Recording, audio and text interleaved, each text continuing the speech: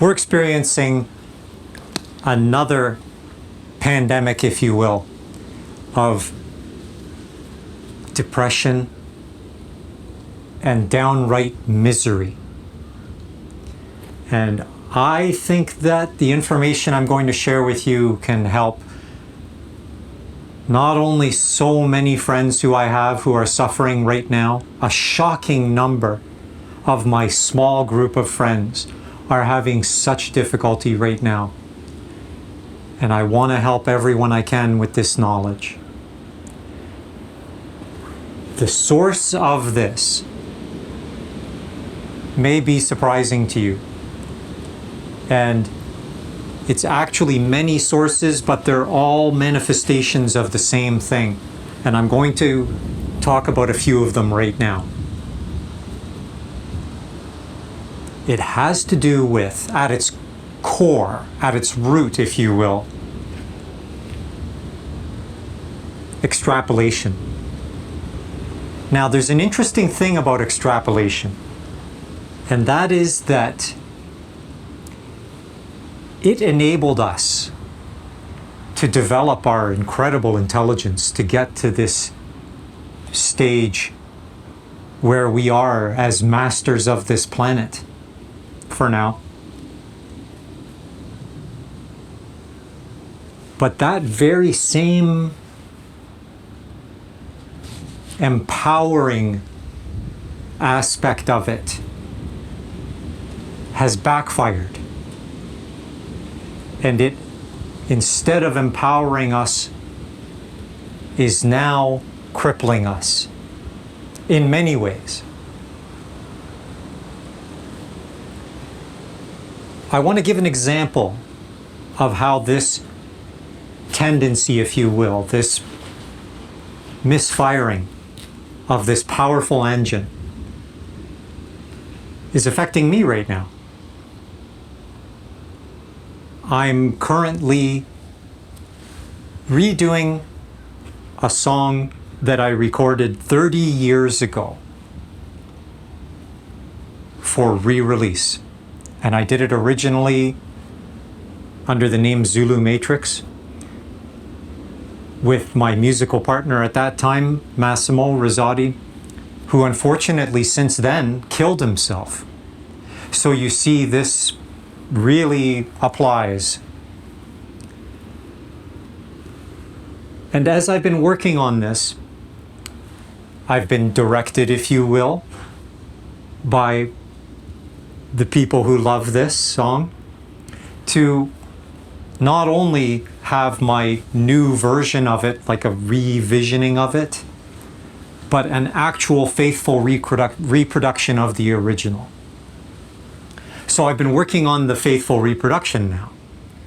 And I ran into an extremely difficult, challenging situation where one of the trademark sounds in it, although I recall exactly which of the myriad synthesizers that we used back then, I know exactly which one I used for this sound, but trying to recreate the sound has been so preposterously difficult for me.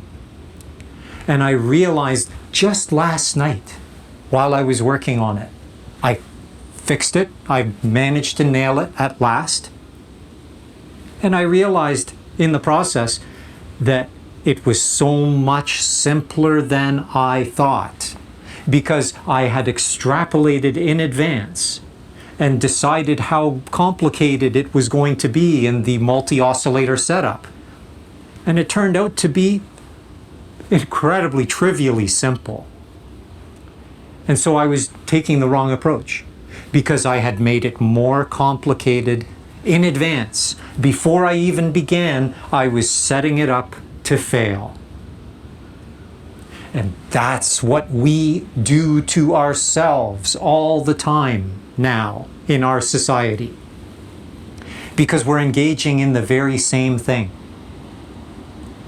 It's the same error, but applied internally here instead of, in this case, just what I'm doing externally.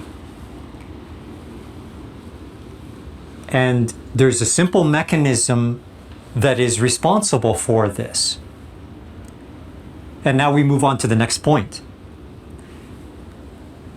This is being enabled by something that took over as our predominant way of thinking centuries ago. There's a term for it, and that is naive reductionism. And that is the culprit. That's what we are doing. I can use my forest as a template for this. In fact, this very effect is responsible for the negative feedback that I'm receiving for many of my chestnut videos. And it's because of this very thing. Viewers are taking only what they can see from the videos that I'm making and extrapolating, but without any actual information, and not understanding the relationship between the different trees in the forest and different aspects of the life of the chestnut trees and the other trees with which they are interacting and all the rest of that. And coming to incorrect conclusions. And that is a pointer to our third component that I will get to soon. And that is conclusions. We'll get to that in a moment. So you see, if we take a limited parameter set and we are disregarding other important parameters, then we can't possibly come to the right conclusion, except once in who knows how few, just by chance. Like the idea of a stopped clock being right twice a day. That's no way by which to make important life decisions, especially all the time. And yet that's exactly what we're doing. Just think of going back to the roots of this during the so-called Enlightenment, when we started engaging in this naive reductionism as a systemic approach, where we would make, not we, but they, this is long before we existed, but we're still doing it now, most of us, coming to wrong conclusions, there's that word again, based on incomplete parameter sets, not even knowing how many planets there are, and yet coming to these conclusions about the way the planetary system works, etc., etc. This applies everywhere. It's ubiquitous. And we're still doing it today. And we're doing it to ourselves. So let's get to the third point now. And that is, as I said, the idea of conclusions. That's not the right point, but it pointed to it. It's a pointer to a pointer. And that is that we are, it sort of goes with that, the idea of jumping to conclusions, but it's not that. It's based on, I'm not sure if this is a term, but it will work, where we're engaging in absolutism. We're being absolutists. And absolute is the key of all of this, of course. And this is another aspect, you see, of the whole idea of extrapolating. Is if you extrapolate too far, then you will come to an absolute conclusion because you have ridden that absolute wave, if you will, to its conclusion. And yet it's completely hypothetical because it's based on flawed data. Because if you are not including important parameters, how much more flawed does it get than that? If you think about it in terms of, oh, Here's a great example. If you're familiar with electronics, you may recall, and if not, just look it up. It will be easy to find.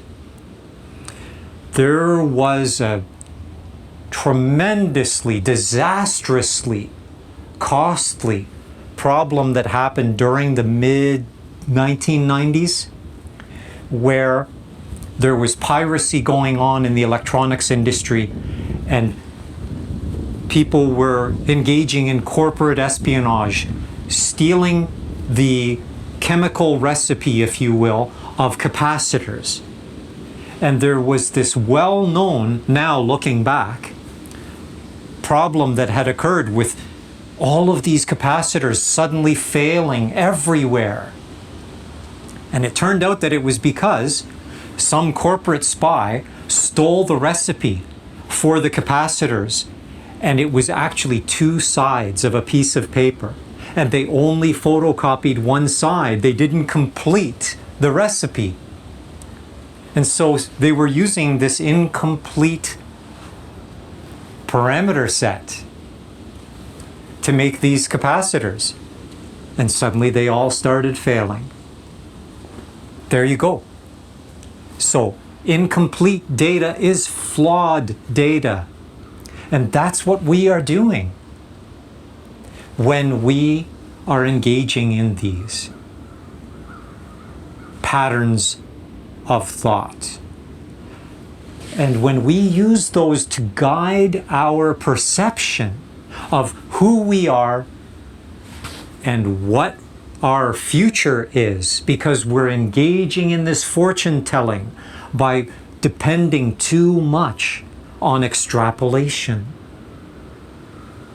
then we are only doing ourselves a disservice. And so now, I want to ask you this question. Ask yourself this. But first, take some time to digest what I've shared with you and see how it is a factor in your life. Just sort of make it an idea in your mind to keep your eye out for cases of extrapolation, of you engaging in extrapolation. Catch yourself. And when you do, ask yourself this question. Is this extrapolation helping me